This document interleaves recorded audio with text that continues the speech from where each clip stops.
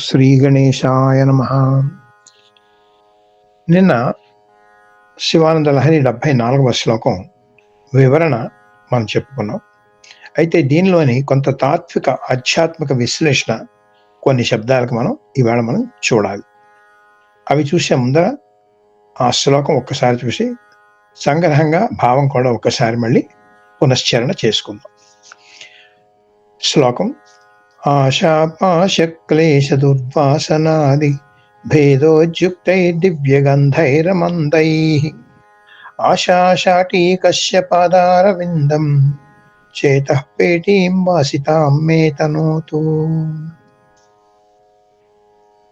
ఎలాగైతే మనం ఇళ్లలో ఉండేటువంటి పెట్టెల్లోను అలాగే బీరువాల్లోనూ ఉండేటువంటి ఆ బట్టలు, ఆ వస్తువులు అవన్నీ కాపాడుకోవడానికి, వాటిల్లో దుర్వాసనలు రాకుండా ఉండడానికి, పురుగులు అవి రాకుండా ఉండడానికి ఒక కర్పూరపు ఉండలు లేకపోతే ఆయుర్వేద మూలికలు వంటి కొన్ని వస్తువులు పెట్టి వాటిలో మనం ఎలా అయితే కాపాడుకుంటామో, అలాగే మనలో ఉండేటువంటి చిత్తం అనేటువంటి పెట్టి అందులో ఉన్నటువంటి చెత్త అంతా పోయి ఆ చిత్త శుద్ధి కలిగి ఆ చిత్తం అంతా కూడా శివ పరిమళంతో గుబాళించుకోవడానికి మనం చేయవలసిందల్లా ఏంటంటే ఆశాశాటీకస్య పాదారవిందం అక్కడ పెట్టుకోమంట. చేతప్పేయటం అంటే హృదయం అనేటువంటి పెట్టిలో మనం ఆశాశాటీకస్య పాదారవిందం అంటే శివుని యొక్క పాద పద్మాలను పెట్టుకుంటే మొత్తం శివమయం అవుతుంది మన శరీరం అంతా అని చెప్తున్నారు. బాగుంది. ఇప్పుడు ఇక్కడ ఆశాశాటీకస్య అనేటువంటి మాటకి ఆశాపాశ క్లేశ దుర్వాసనాది ఈ రెండిట్లో ఉండేటువంటి తాత్విక విశ్లేషణ మనం చూద్దాం. ఇప్పుడు మొదట ఆశాశాటీకస్య అంటే ఏమిటో చూద్దాం. ఆశ అంటే ఒక అర్థం ఆశ అని చెప్పేసి ఆశలు కలగడం. రెండవది ఆశ అంటే దిక్కులు, షాటి అంటే వస్త్రం. ఆశాశాటీకస్య దిక్కులే వస్త్రముగా కలిగిన వాడు అంటే ఏంటి? ఆయన సర్వత్రా వ్యాపించిన వాడు కదండి శివుడు. అలాంటప్పుడు ఏమంటుంది? మొత్తం దిక్కులన్నీ కూడా వ్యాపించాడు కాబట్టి ఆయన వస్త్రం ఏమిటి? దిక్కులే వస్త్రం అన్నమాట. అది ఆశాశాటికస్య దిగంబరుడు అనేటువంటి మాటకు అర్థం. ఇంకోటి ఏంటి? దిగంబరుడు అంటే సర్వవ్యాపిత చైతన్యంతో మొత్తం అంతా వ్యాపించినటువంటి వాడు ఆయన అన్నమాట. సర్వవ్యాపిత చైతన్యం ఏంటి? దాన్ని చిదాకాశము అంటారు అన్నమాట. అంబరం అనే శబ్దానికి ఆకాశం అని ఒక అర్థం కూడా ఉన్నది కదా. అందుకని ఏంటన్నమాట, ఆకాశమే వస్త్రముగా కలిగిన వాడు. ఈ ఆకాశం ఏ ఆకాశం? చిదాకాశము, చైతన్య ఆకాశము అనేటువంటిదే మొత్తం అంతా కూడా ఆయనకు వస్త్రంగా ఉన్నటువంటి వాడు. సరే, ఇప్పుడు అంత సర్వవ్యాపితమైనటువంటి చిదాకాశం ఉన్నట్లయితే ఆయనకు పరిమితి ఉందా? అపరిమితుడు కదండి ఆయన. అపరిమితుడైనటువంటి ఆ శివుడికి నువ్వు వస్త్రం కట్టాలి అంటే దానికి కొంత ఖాళీ ఉంటే మనం కట్టగలం. ఖాళీ ఎక్కడ ఉంటుంది? అంతటా శివుడు ఉన్నాడు కదా. నీకు ఒక బట్ట కట్టాలంటే ముందు ఖాళీ ప్రదేశం ఉంటే అక్కడి నుంచి మనం తగిలించుకొని అమ్మాయి కట్టుకోవాలి. ఇక్కడ అలా ఎక్కడుంది? మొత్తం ఉన్నవాడు ఆయనే కదా. ఆయనకి నువ్వెక్కడ బట్ట కట్టగలవు? అపరిమితుడైన శివుడికి పరిమితమైనటువంటి బట్టను ఎలా కట్టదావు? అందుకని ఆయనకి కుదరదు. అందుకని దిగంబరుడు. రెండో విషయం ఏంటి?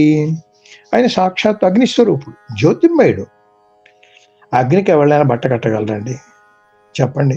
ఆయన అగ్నిస్తంభంగా వెలిచాడు కదండి మధ్యని. వచ్చినటువంటి వాడికి అగ్నికి ఎవరైనా బట్ట కట్టలే ఉంటుందా? అది కూడా అగ్ని అయిపోతుంది. అలాంటి సాక్షాత్ అగ్నిస్వరూపుడైనటువంటి వాడికి, ఆ శివుడికి ఎవరు బట్ట కట్టగలరు? అందుకని ఆయన దిగంబరుడు అనేటువంటిది అక్కడ ఆశాశాటీకస్య పాదారవిందం అంటే ఆ శివ పాదారవిందాలు, పాద పద్మాలు అని ఇక్కడ అర్థం చెప్పారు. అది ఒక బ్రహ్మాండమైనటువంటి రమ్యమైనటువంటి భావన. ఇప్పుడు ఆశాపాశ క్లేశ దుర్వాసనాది అని చెప్పారు. ఇప్పుడు ఆశలు అనేటువంటి ఉంటాయి ప్రతి ఒక్కరికి కూడా అనమాట. ఈ ఆశల్లో ఏంటంటే దురాశలు, సదాశలు అనేటువంటి రెండు కూడా ఉంటాయి అనమాట. ఈ దురాశలు వల్ల ఏమవుతుందన్నమాట? క్లేశములు అంటే దుఃఖములు వస్తాయన్నమాట. ఆ దుఃఖములు ఉండడం వల్ల ఏమిటన్నమాట? వాసనలు అంటే ఏంటన్నమాట? ఆ వాసనలతో మనకి జన్మలనే కలుగుతూ ఉంటాయి అన్నమాట. అన్నీ కూడా అవే దుర్వాసనలు అన్నమాట. మరి సదాశలు ఉన్నట్టయితే దానివల్ల పుణ్యం వస్తుంది. ఈ దురాశలు ఉంటే పాపం వస్తుంది. మళ్ళీ జన్మలు వస్తూ ఉంటాయి. అవి అనుభవిస్తూ ఉండాలన్నమాట. మరి ఈ దురాశ క్లేశములు అంటే ఈ దుఃఖములు ఉండేటువంటి ఏంటి? పతంజలి యోగ శాస్త్రంలో ఈ పదం మనకు కనపడుతుంది అన్నమాట. అందుకని ఆ 5 క్లేశములు ఏమిటి? క్లేశం అంటే దుఃఖములు ఏమిటంటే మొదట అవిద్య అన్నారు. అవిద్య అంటే ఏంటి? ప్రతి వాడికి కూడా పుట్టుకతోటే ఉంటుంది. అది జన్మ జన్మల నుంచి కూడా వచ్చి కరడు గట్టిపోయి ఉంటుంది అనమాట. ఇది అవిద్య అనేటువంటిది. అంటే ఏంటన్నమాట, అవిద్య అంటే అసలు అర్థం ఏంటంటే సస్వరూప అజ్ఞానం. తాను ఎవడో తాను తెలుసుకోలేకపోవడమే అవిద్య అనేటువంటిది అనమాట. అందుకని మన శరీర మనోబుద్ధులకు కాంతిని వలిస్తుంటారండి జ్యోతి స్వరూపం. ఆ జ్యోతి స్వరూపమే నేను అనేటువంటి భావన కలగనంత కాలం కూడా అది అవిద్య అనమాట. అది కానీ తెలిసిందా, మనలో ఉండేటువంటి చైతన్య స్వరూపుణ్ణి నేను అని ఎప్పుడైతే మనం గ్రహించుకున్నామా అదే విద్య అవుతుందన్నమాట.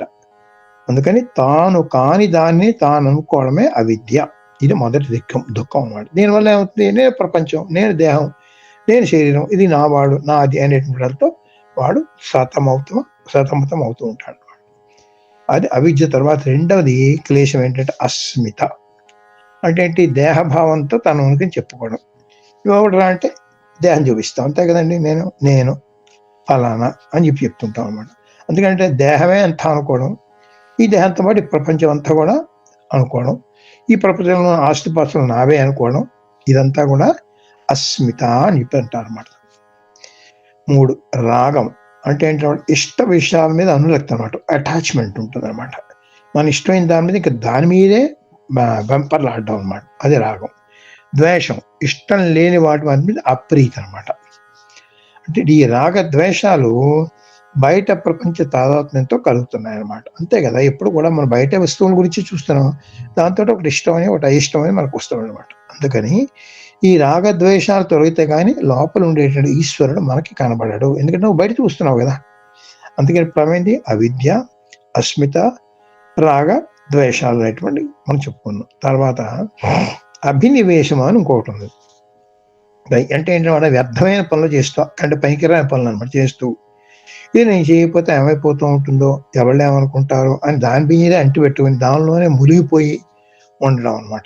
అయ్యో నేను లేకపోతే దీన్ని ఈ జంతువుని రక్షించేవాడెవడు, లేకపోతే ఈ మనిషిని రక్షించేవాడెవడు, ఈ కుటుంబం ఏమైపోతుంది, ఈ పిల్లలు ఏమైపోతారు, ఇవన్నీ కూడా పెట్టుకొని మనం ఊరికే వాటితోటి అటాచ్మెంట్ పెంచేసుకుని బాధపడిపోతూ ఉంటాం అన్నమాట. జడభరతుడు కదా మనకి చెప్తారు ఇవన్నీ కూడా. అందుకని ఈ పంచ క్లేశములు అంటే ఈ 5 రకాల దుఃఖములతోటి ఏంటంటే మనకి షడ్భావ వికారాలు అని కలుగుతాయి. వికారములు అంటే మార్పులు అనమాట. అంటే ఈ మార్పులన్నిటికీ కూడా కారణం ఏంటనమాట, ఈ పంచ క్లేశములు అనమాట. మరి ఆ వికారాలు ఏంటి, 6 రకాల వికారాలు చెప్పారు మనకి. ఈ వికారాలన్నీ పొందుతున్నప్పుడు సవికార రూపం. అంటే జీవుడు ఇప్పుడు సవికారుడే, పరమాత్మ నిర్వికారుడు. అసలు మన స్వరూపం నిర్వికారం, కానీ మనం ఈ వికారాల్లో కొట్టుకుపోతున్నాం అనమాట. ఆ షడ్భావ వికారాలు ఏమిటంటే జాయతే, అస్తి, వర్ధతే, విపరిణమతే, అపక్షీయతే, వినశ్యతి అని చెప్పారనమాట.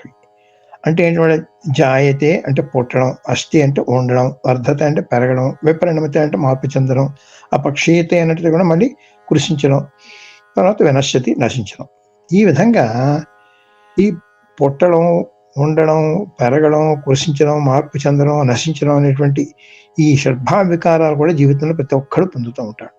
ఈ వికారములన్నీ దేహానికే కానీ మనకి కాదు అనేటువంటి భావన మనకు ఉండకుండా మనం ఏం చేస్తాం, మనం నిర్వికార స్వరూపులు అనే విషయం మనం మర్చిపోయి ఈ వికారాలతోటి మనం కొట్టుపోతూ ఉంటాం. ఈ వికారాలు దేనివల్ల ఏర్పడ్డాయి, పంచక్లేశాలతో ఏర్పడ్డాయి. ఈ పంచక్లేశాల వల్ల ఏమిటి, దుఃఖం. ఈ దుఃఖములతోటి దుర్వాసనలుగా అవన్నీ అంటిపెట్టుకుపోతాయి. దాంతో మళ్ళీ జన్మలు వస్తూ ఉంటాయి.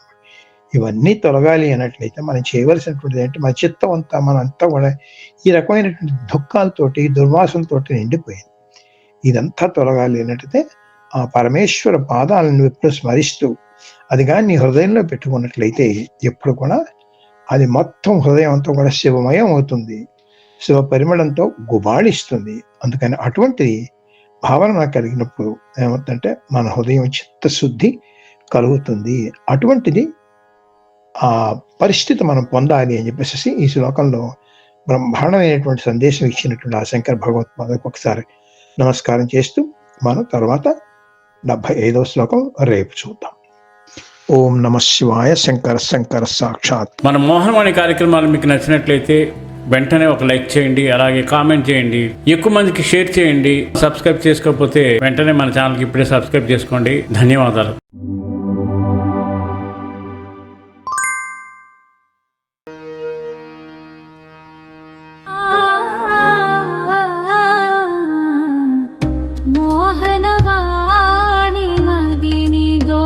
చేసి